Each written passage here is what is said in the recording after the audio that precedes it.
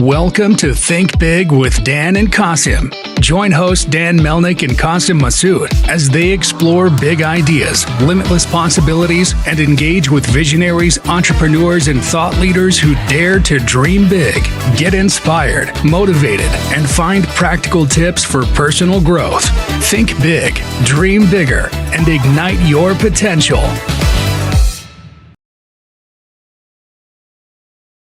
Welcome to the Think Big with Dan and Qasim. Today, our guest is Danielle. Danielle, let us know who you are and where you live. Yes. Hi, I'm Danielle Eisenberg.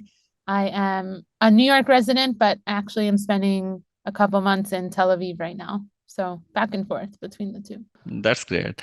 So, would you let us know a little bit about your product, about your business, and from where you got the inspiration about it? So my company is called BachPlace. And in its simplest terms, it is a project management tool for trip planning. I have always been a trip planner, and I'm that token friend. I don't know if this resonates with you, but I plan every trip I planned prom, I planned all spring break trips, every reunion trip my friends and I were on, I had planned. And in business school, I had met my co-founder, and he too is a trip planner. So we found ourselves planning every trip during our MBA programs. And when I was a second year, 4 of my best friends were engaged, and all of them asked me to plan their bachelorette. So I had to plan 4 in 6 months. And that got me thinking that trip planning is so complicated, and a bachelorette is the most complicated kind of group trip that there ever is. Like we've all seen the movies, we've seen the stories. Like, think about it. You have women coming from all over your life. They have different interests, different budgets, coming together in one house for a whole weekend to celebrate one person. It is crazy. And when I was planning all of these, I was with Noy, my co-founder, and I was like, there has to be a better way to do this.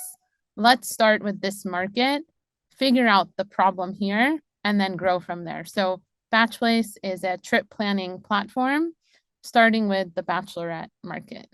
Great, that's great. So, how you started marketing your business? Because marketing is an essential part of any product or the business. It's number one, especially in consumer, as we all know. In the beginning, we really focused on community. So we found all these Facebook groups where, women were talking about bachelorette planning, and slowly started to drop tips in there, how we can help. And that's actually where we found our first 20 pilots, was through this Facebook group. And then from there, after this basically takes us to when we graduated our MBA, we decided to do this full time. And for the first 6 months, we did a lot of customer research. So that was a combination of friends. But from the marketing side, we really focused on community building first. And that was a lot of Facebook groups. And then we moved into more Instagram, posting, putting out content, things like that. Okay, so how you define your audience?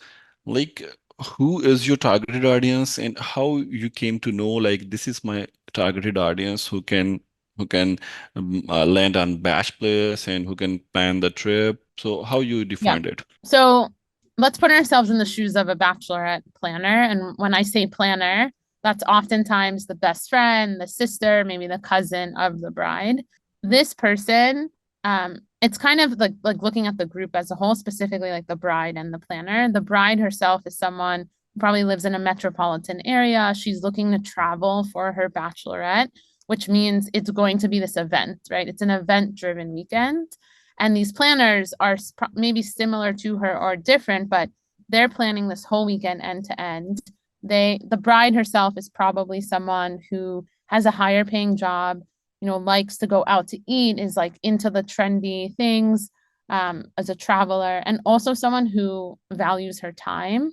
And on the planner side, also someone who values her time, high stress job, and is looking to save time and is used to other apps that are convenience saving apps like DoorDash, Uber, Newly.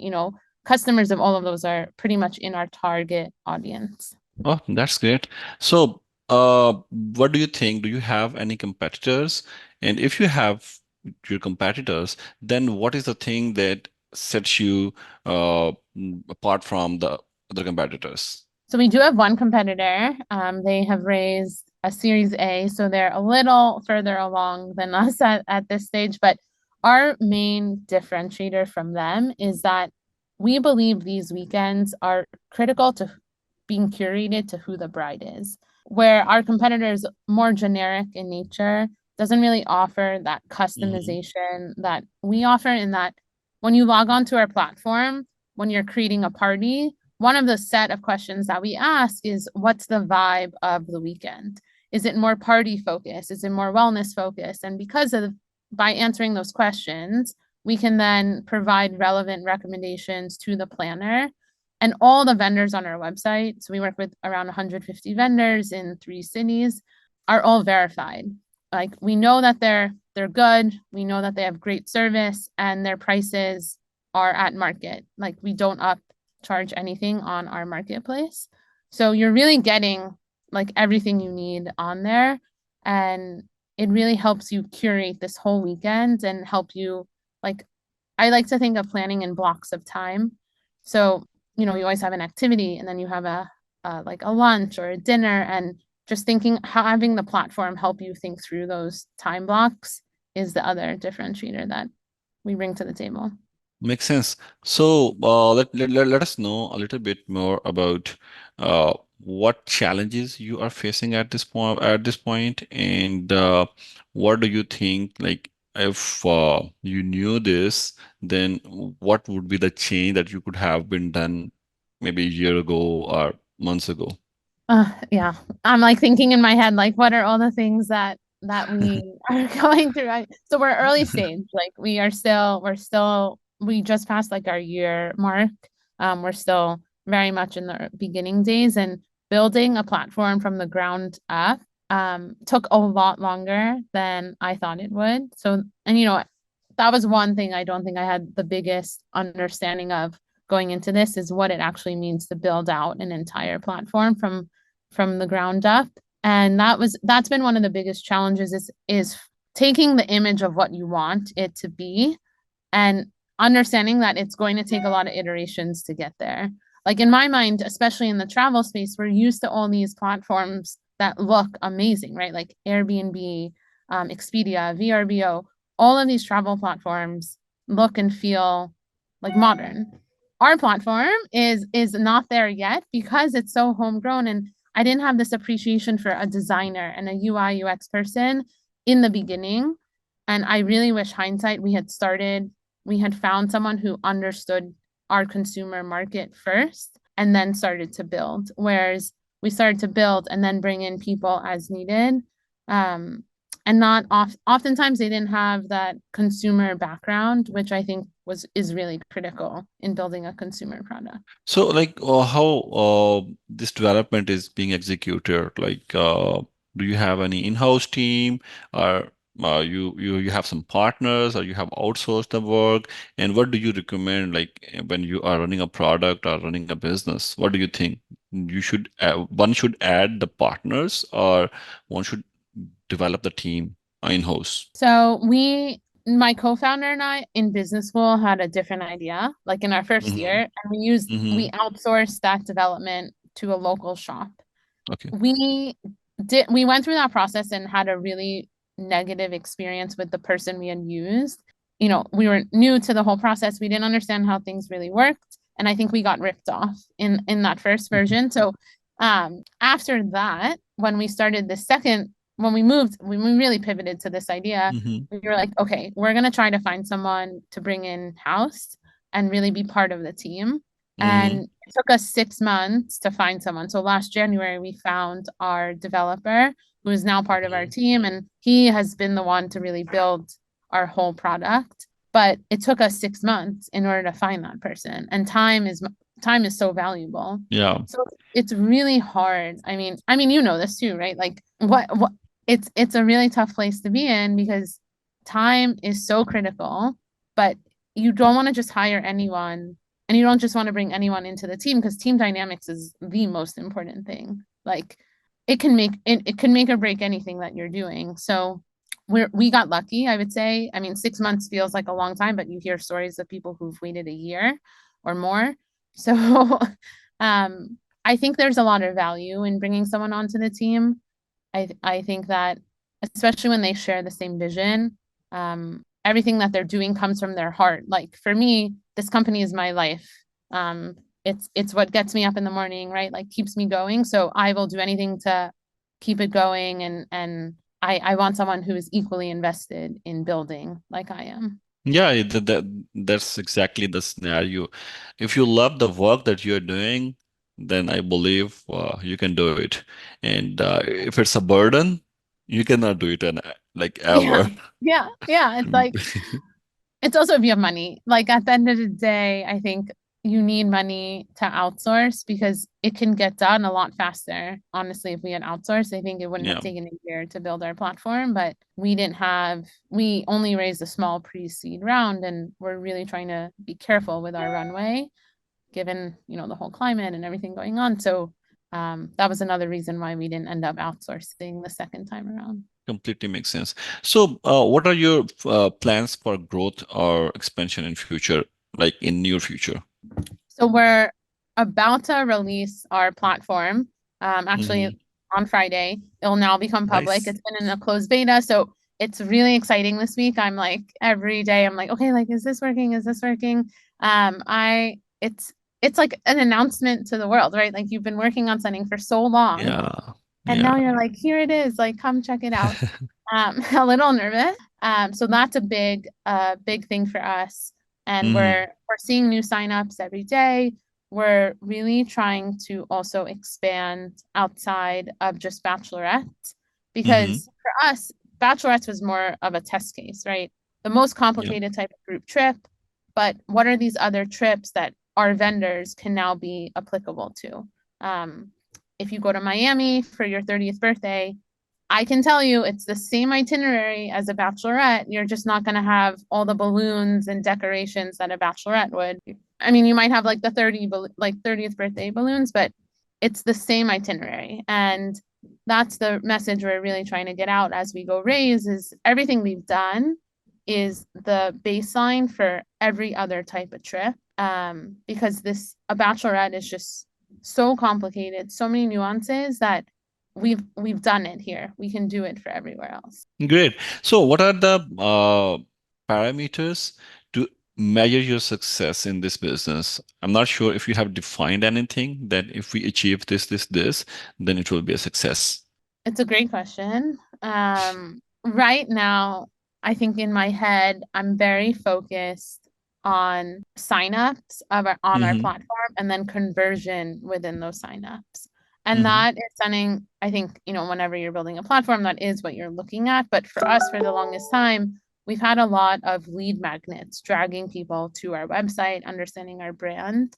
And now, we have like 100,000 views on Pinterest, monthly Hmm. views. So we have a lot of people who are seeing our content. And now it's like, okay, the brand, start using us. And this is the point where I'm trying to really understand user behavior and try to get those conversions happening. We've made a little bit of money, but really trying to see what works, what doesn't work within our platform. And for us, we have so many new features that we want to release.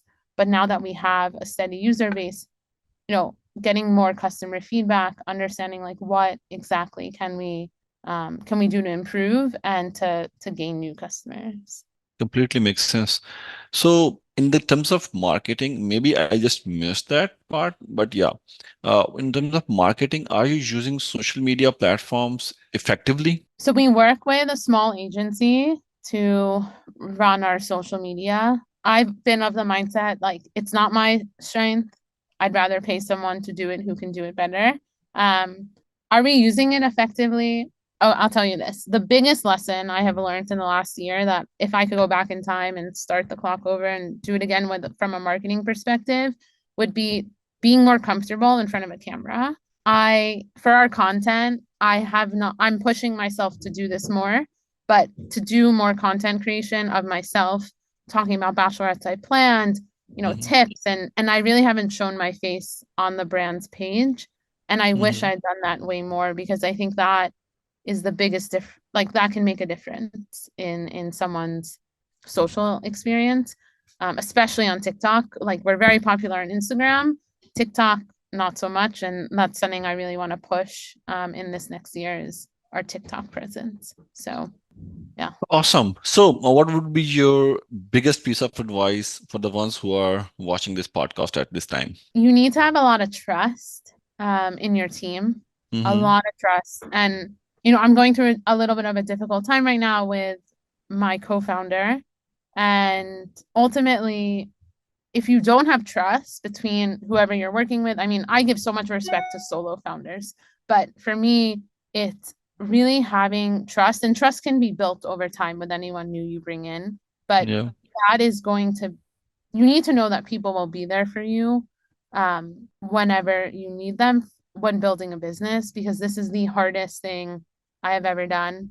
It's been a lot of ups, but also a lot of downs. And if I didn't have that trust with my team, I don't think I would still be here a year later doing this.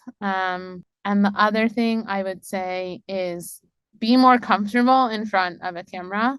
That's something that I kind of mentioned before, but you really have to just do it. And that's what I've learned slowly. And but I wish someone had told me from day one, like, Danielle, this is your company, this is your brand, like just start practicing and it'll get easier. And here we are, like on a podcast. So it's getting easier. Sorry. Yeah, I was on mute. So, yeah, obviously, practice makes a man perfect. Indeed. Yeah. Like I don't So, know how you feel. I mean, you run a podcast. Like, do you like being in front of the camera? Like I I couldn't was do I it. was a shy person. I was a very shy person. Like there was a time when we started this, me and Daniel started the business. At that time, Daniel said, Qasim, I want to start a podcast. I said, Yeah. man, yeah, you can start it. Maybe I will stay on the execution of the company, so I will stay in there. He said, no, we should do something more than the work we are doing at this time. I said, Yeah. okay, let's try. I just give it a try. And finally, this would be or around 400 plus in one of 400 plus interviews. Wow. 400 podcasts are That's crazy. alive. 400. That's amazing. Yeah, But see, that's exactly it, right? Like you just need someone in the beginning to be like, yeah, let's do it. And you gotta, that gets the ball moving, and you gotta push yourself. And I think we push ourselves in a lot of different ways.